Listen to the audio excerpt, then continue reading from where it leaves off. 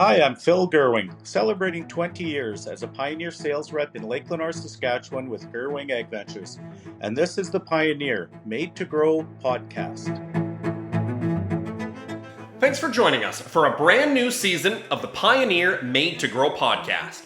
My name's Andrew Campbell, and we're excited for what this season has in store. We certainly want to continue our focus on how we can help improve or strengthen your farm business by bringing experts from across North America. But what we want to expand on is more stories from across Canada. So we've got episodes coming up this season on issues like grain market outlook, club root management in canola, weed control in corn and soybeans, and even where the industry is moving, with conversations from executives from some of Canadian agriculture's largest organizations. So whether this is your first episode joining us, or you've listened to all 25 episodes we've made, we appreciate you being here. Today's show is from a conversation that I was able to have at Corteva's research farm outside of Saskatoon a few weeks ago. As you may know, Optimum GLY is now a trait that's approved and ready to roll out for Canadian canola growers. There are a few acres coming up this harvest season, but excitement really is building for what's possible. Joining me to talk about what canola growers are looking for today and when they are choosing hybrids is Greg Gingera, a canola breeder with Corteva outside of Saskatoon. Trevor Herzog is Corteva's Agronomy lead for Western Canada, and Mike Partyka is a Pioneer sales rep outside of Saskatoon. Well, first of all, Trevor, Greg, Mike, thanks very much for joining the podcast today. I want to kind of get right into this because, when we talk about Optimum GLY and the possibilities for growers moving forward when it comes to, options that they have on their farm, let's kind of start from the beginning here in terms of, if we go back to the infancy and the idea of Optimum GLY, Trevor, where does the need for hybrids like this come from? Farming can be quite challenging, and canola has become a pretty major crop in Western Canada. And one of the challenges for canola growers in Western Canada is to be able to control hard-to-kill weeds. And we're working in an environment that we can't predict. So a lot of times the farmers are dealing with, when do I spray my whole entire farm? And by doing that consideration, what they're thinking through is my cereal crop, my pulse crop, my canola seed crop. What do I spray first? When do I spray it? When's it going to rain? We'll talk a little bit more here in a bit about the application timing and flexibility of the Optimum GLY trait, but it really allows for a more flexible decision and timing. And we needed to come to market to help farmers make those decisions. So then, Greg, there's the idea. You and your team then are kind of challenged with that process. So you hear from growers that say, okay, here's the need in the marketplace. How do you and your team go about actually getting these hybrids? What's the step-by-step process that has happened here? For sure. So the trait was developed by a trait discovery group, and that lies outside of the breeding group. So we have a trait discovery group that runs separate of the breeding. And so once they develop a trait, validate a trait, then it comes into the breeding stream. Our main effort is try to figure out how to insert a new trait without disrupting the genetic progress we've made already. So we think about other traits. So if you bring in Optimum GLY, you want to make sure you don't disrupt blackleg resistance, existing sclerotinia resistance, clubroot resistance genes, any high oil or high yield genes you've accumulated. So we have a really careful process to make sure that when we bring a trait like Optimum GLY, we don't disrupt anything else. So then you do go through that process. How do you make sure that what's that testing process like? Yep. So in the case of Optimum GLY, one of the interesting things about it taking so long to come to market is our organization ran parallel trials for a decade or a decade and a half. So we had hybrids that were not in an O-GLY background, and we had parallel hybrids in an O-GLY background. And as the cycles would go, we would advance material and discard material as we needed to through the normal process. So these O-GLY hybrids coming to market are in contemporary genetics and will perform similar to other Pioneer hybrids. Now then, Trevor, in terms of you've got, kind of that testing process. We're in Saskatoon here, just outside Saskatoon at Corteva's research farm. I'm guessing, just the plots around this building weren't the only place you test this. What's that process like to make sure that, okay, it comes out of, the breeding program to make sure that it actually is going to deliver not just in one area of Western Canada, but across the prairies? What Greg is referring to is, prior to global approval in place, it's called regulated trial work. And we would do those all across Western Canada. Now that the trait is actually approved globally and we're able to commercialize the Optimum GLY trait, we can now do very broad testing, trial work across Western Canada in a lot higher number of trials. So now that we have that in place, this is our first year where we're now able to get smaller volume of acres out to farmers to test on their own fields. We're trying to collect as much side-by-side data as possible from those situations. Further to that, another component would be what we call our product knowledge plots. And our product knowledge plots are strip trials of our existing commercial hybrids in the Optimum GLY trait versus other hybrids in the marketplace. So we'll gain some knowledge there on how we perform. And then the step prior to that would be what we call our impact plots that our impact research team would manage across the 3 provinces, where we use those as kind of our 2 years prior to commercial stage of testing new and upcoming hybrids that we would consider for advancement every fall. And, that's sort of from commercial down to the 2 years testing. You reverse that, and it kind of shows you how we're testing our products. We know what we have when we get to market with a commercial bag, and we're really confident in what the Corteva breeding program can offer to our Western Canadian farmers. Then what have you? We're midway through the growing season today. What are you seeing on all of those trials? So in my travels here so far, I've been across the 3 provinces in the past about month and a half. And we're seeing really strong performance. It has been a challenging year for a lot of Western Canadian growers this year with lack of rain. We haven't really had to manage through the heat as we have in some previous years. But, in my observations so far, especially in the areas that are getting moisture where canola actually looks like canola, we are doing really well. We're fast out of the ground with a couple of those hybrids for sure. And when I compare them to some of the commercial hybrids already in the marketplace within Corteva or versus the competition, I'm pretty excited to see how we'll perform with the weigh wagon or grain carts here this fall, because early indications is that we've got a great start here for the Optimum GLY trait in Western Canada. Then can I bring you in on this conversation? Like, first of all, we were talking ahead of time. You've got some of these Optimum GLY acres in. It always makes me nervous asking a grower how it's going, because usually that's an indication of just how much rain or not rain they're getting. But how do the trials look around your area? In my area, north of Saskatoon, things are actually looking pretty good. We were a little bit dry here the last week to 10 days, so things have slowed down a little bit. But so far, so good. As Trevor said, like there's spots that are better than others for sure. But the Optimum GLY acres that I have in, I would say, look very good. Mm-hmm. So then, having heard from Trevor and Greg here in terms of kind of that process, you're then as a pioneer rep and a grower yourself, you're kind of that last step to actually getting it in the field. What gives you confidence? And this isn't necessarily an Optimum GLY only question, but what gives you confidence when new hybrids hit the market that is going to be something you want to try? My confidence comes from seeing it in the field through the product knowledge plots that Trevor said, and just getting it out to my growers, putting it in their hands so they can grow it the way they want to grow it, and they can see it with their own results, right? That's what gives me the confidence. Then when it comes to actually Optimum GLY, like what are, it's just rolled out. What were some of the conversations like that you were having with growers this spring and even this summer that may be looking at it down the road?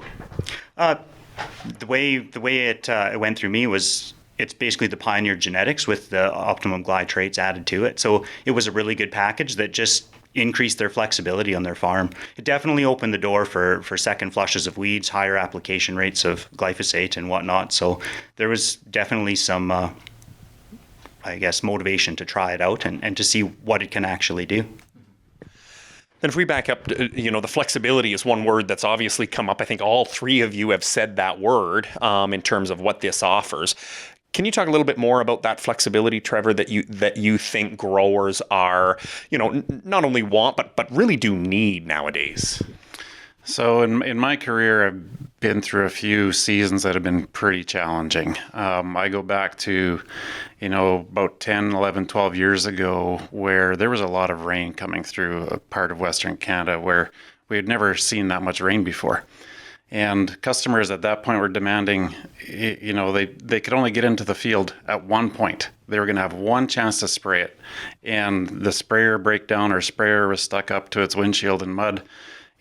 Sometimes they couldn't get out to the field till first flower or 20% flower or bolting or whatever. It was way too late. Weeds were really big. The flexibility component of Optimum GLY now allows them to be able to make spray decisions that work to make canola most successful for that field. So in other words, we have a label that says that you can spray anywhere between cotyledon or emergence stage right up to first flower. And what that allows is, we still need to make sure, I guess, that the critical weed-free period is still managed properly in canola crop. When it boils down to it, it's still canola. Canola still has the same weed-free period as Optimum GLY trait would. So ideally, we get in there at that cotyledon to 3-leaf stage to kill weeds. That can be your yield-saving spray, let's say. After that, if weather catches you, you get another flush of weeds. Annual weeds like to grow and emerge all time of year. Now you can go in at 6-leaf bolting first flower to manage the late flushing weeds. So that's part of that flexibility message. Can you go in one time late? Yes, you absolutely can, but agronomically, the best recommendation would still be to manage your canola crop as a canola crop should be managed and take care of those weeds early. Now, Greg, you're doing all of this with one thing, I think, at the end of the day in mind, and that is ensuring that yield is at the absolute highest it can be. Now, Optimum GLY as a trait isn't necessarily anything new you've been working on. You said yourself, like it's a decade in the making.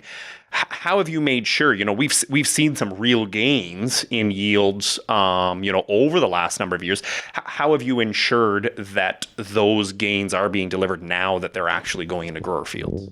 Yep. So that's the nice thing what Optimum GLY gives us is the ability to have a nice advanced herbicide package to put with industry-leading genetics and a couple of the strong defensive traits we have. So if you've got strong herbicides, strong weed control options, and outperforming superior genetics with good disease resistance, you should continue to drive yield.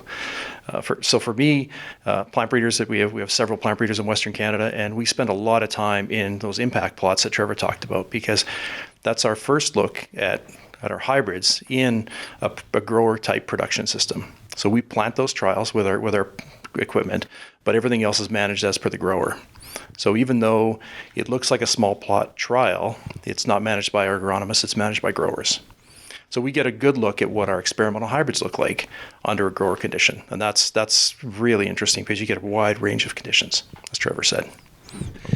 And then these ones that you are trialing right now, like they are the latest and greatest when we talk about hybrids. Absolutely. So breeding works like a funnel. If you kind of draw the top, you put your widest amount of material at the top, and every year there's a selection process. So these hybrids that are in impact trials and these hybrids that are commercial are the very top performers of their class.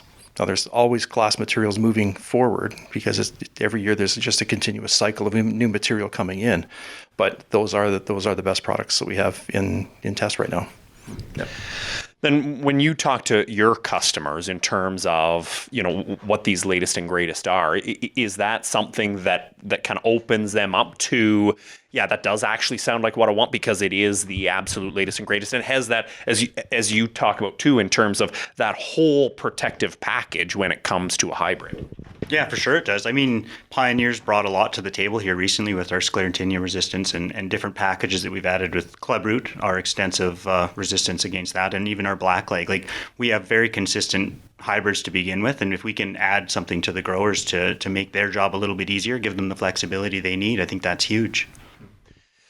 Now, when we talk about the challenges, and this is one thing we've talked on previous episodes about, like you just laid out, okay, we've got to protect it against sclerotinia, clubroot, blackleg. We've got to have the trait built in to protect against weeds, to make sure we've got the weed-free period. Like, we're demanding a lot from Greg and his team in terms of what we want, but something tells me that's not where you're done demanding. What else do you think, like if you look ahead to the next number of years, what are you as a grower looking for, hybrids to deliver for in the future, and what are you preparing for? I think Pioneer has a good base right now, obviously with the defense system that we just talked about. Consistent performance year to year, and I think the big thing I know with my guys is shatter resistance, something that's up to the industry leading right now. If we can get that within our hybrids and maintain the other stuff, I think it looks very promising. Do you think we're getting there, Trevor? I absolutely do. We have 2 hybrids in the marketplace right now that we're testing in our product knowledge plots, and we are really confident in what the shatter performance will be for those 2 hybrids. Yet to be determined. We get to see it across a larger footprint in Western Canada this year. But our early indications from Greg and his team are extremely exciting. So our whole industry, as Mike mentioned, is pretty interested in pod shatter. I would add one other one to that too, actually. I am from Yorkton, East Central Saskatchewan area. And I would include in there the southern Manitoba area, starting to think a lot about verticillium stripe. And we are characterizing our germplasm as well for verticillium. So when Mike talks about shatter and clubroot, blackleg, sclerotinia, I would like to add verticillium to the package as well. And Corteva and the Pioneer brand have a leadership position in all of those. We are playing a little bit of catch up on the shatter, but we're only a short 2 years away. Time flies. You snap your fingers and it's 2 years later. So we are extremely close to that. And once we're there, we're going to be a leadership, not only in disease package, leadership position in not only disease packages, but shatter, which is demanded by Western Canadian farmers. And when you do talk about Western Canadian farmers in general, you mentioned, that East Central Saskatchewan into Manitoba. What are some of the other things that you hear from growers across Western Canada that maybe aren't directly tied to the disease or, the weed trait package, but that you just think that as an industry, growers need to be prepared for when growing canola? I think growers need to prepare for, anything that is thrown at them that sometimes we can't necessarily address, but what they look for in somebody that they want to, consider purchasing seed from is consistent performance, somebody that's always going to be there, somebody that supports the community. And, I think that's where our Pioneer brand really has a strength. So, our Pioneer agencies have a great relationship with their customers, and they're relied on pretty heavily to, help them address some of those problems that they're experiencing on their farm. So, we're focusing a lot today on what our hybrids can do for a farmer, but there's definitely a lot more to it than that. And that's the strength of the Pioneer brand. Then, Greg, if you look forward to the challenge, and really it does sound like that, a challenge to keep up with everything that is being thrown at, a canola grower, what's your breeding program look like over the next number of years? Yep. So we have 6 programs in our Western Canadian program, in our Western Canadian Corteva portfolio, and we're trying to cover as much ground as possible. We've got a program focused on early maturity. We've got a program focused on oil quality. We've got a program focused on driving yield, and we're starting to really take a lot of time to think about stress tolerance. I would say the last 5 or 6 years have probably been among the most challenging canola growing seasons in a couple decades. We get everything from too much moisture to too much heat to early frost, and then just dry conditions. So I think the next evolution of this crop is to think more about stress tolerance, abiotic stress, and try to solve some of those issues. Well, and when we go back to the Optimum GLY conversation in terms of having that flexibility depending on what the stress looks like, obviously fits well. But how do you manage that when, we like to say the words Western Canada as if it's one bubble, but there's so many pockets and the variability can be so wide from one corner to the other. How do you manage that? So one of the real benefits we have inside the Corteva program is we have a really broad area testing network. We've got a very large number of small plot locations that cover the vast majority of Western Canada. We've got these impact plots that are, as Trevor said, are 1 or 2 years away from commercialization. Those go even broader, even wider. And then we've got the product knowledge plots that are put out on sales reps fields that will give us additional environment testing.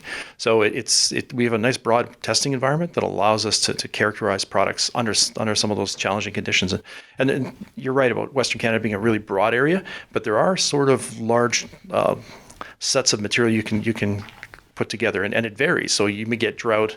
We're talking about drought just an hour and a half south of here. In some years, those are wet areas, but you've got to be able to have some flexibility in data analysis. So some areas are perennially drought, and some areas will be flexible. So the ability to analyze that data and compile and advance hybrids out of those environments are key to making genetic progress. I would just like to add, I think another thing that farmers are looking for from manufacturers or their suppliers for products on their farm is a one solution. So from Corteva, we can offer that. And what I'm referring to here is we have a great pre-seed products. Prior to canola, Prospect would be the herbicide there. Then you can come to Corteva or the Pioneer brand for the canola hybrids themselves.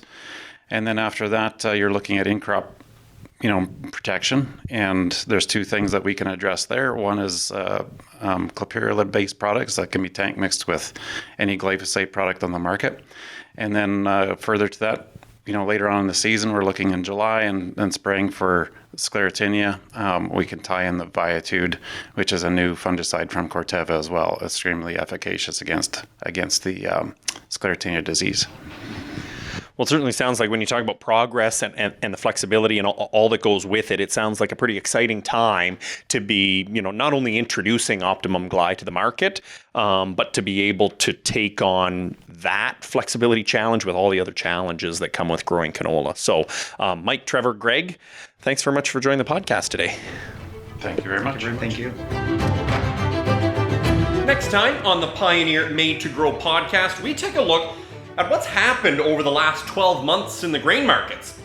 Obviously, we've come down from some pretty profitable highs of last season, so is this slide downward likely to continue? That's next time on the Pioneer Made to Grow podcast. On behalf of the entire team working behind the scenes on this, we appreciate you listening. If you haven't already, you can always check out past episodes of the show in podcast apps like Apple Podcasts, Google Podcasts, Spotify, or wherever you download yours. We're even on YouTube with new video episodes. You can follow Pioneer Seeds on Twitter at the handle Pioneer Seeds CA or my personal handle, Fresh Air Farmer. And don't forget, if you're ever looking for more information or advice, just ask your local Pioneer rep or visit pioneer.com/Canada.